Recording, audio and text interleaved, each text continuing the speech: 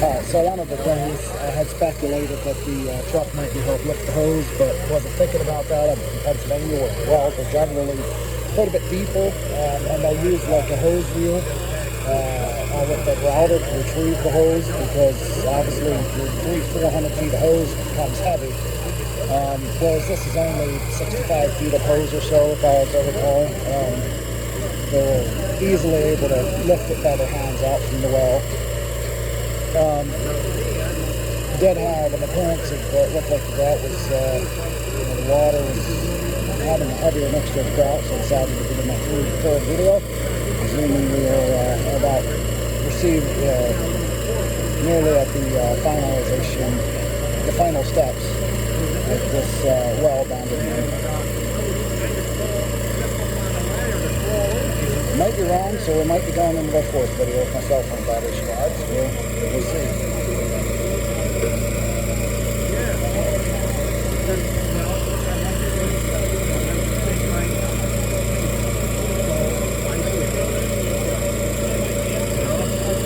So we're now pumping grout again. As you can see, the water is pretty dark gray.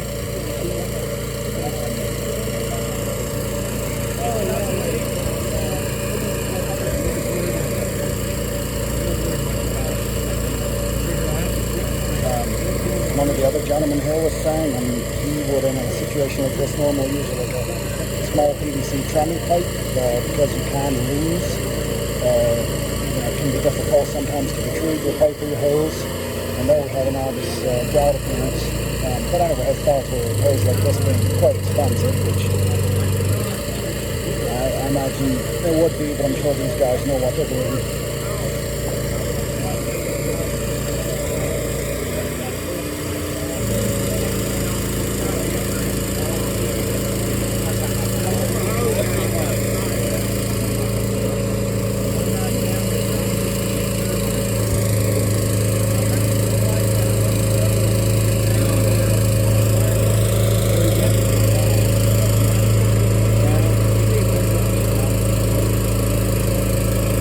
So it does look like they will be adding more grout.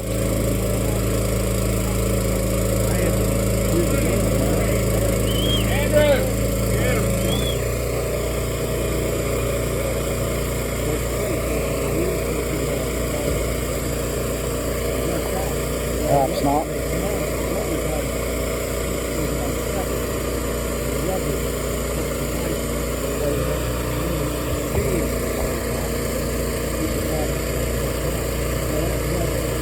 Well, they're down at the metal pipe already, down shallow well compared to what a lot of my customers would be dealing with in Pennsylvania, and also we serve drilling equipment around the world. You might want to get back from here and might have to pump some water out here. So, anyway, that was very pump some water out here so they make the I overspray. mean, it's 10 feet away. You're going to hit me with the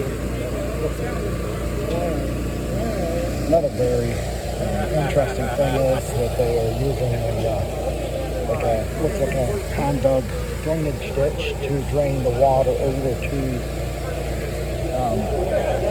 to like a roadside ditch. I would imagine that's no problem. These drilling fluids are generally natural. They come from the earth. They mix, add, remove as they need, and return it to the earth. Bentonite is mined from the earth, commonly used on drilling applications. Basically, once it started getting solids come out the top, you've got the well filled with grout at that point. And at this stage, it's just going to be clean up, pumping water through our hoses, cleaning the outside of the hoses. And then later, we'll be able to cut the pipe off, get them below grade, and backfill with dirt. That won't be done as part of this. To help the final part of the abandonment to get the casing cut off below grade. I hope you're hearing what he's saying about they'll try to cut the casing off at a later point once the cement's dry and backfill with dirt to get it below grade. Cleaning the inside of the pipe, and will also be, I'm sure, washing the outside. What I was going to say is it's natural water and natural cement draining into a roadside ditch here, which I don't know where it goes. I had been on a site in Pennsylvania where they're doing air rotary drilling, so they will not even use weren't even using a drilling fluid or a cement, as I recall, and they were using steel well casing on that one, as I recall.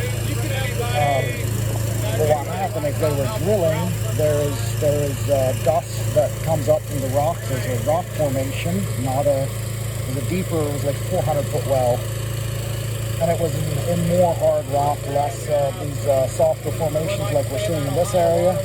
And I will say clearly that's not an Ohio, Pennsylvania thing. That is it varies from state to state. Just the part of Pennsylvania I'm in, and I live in the part of Ohio we are right now.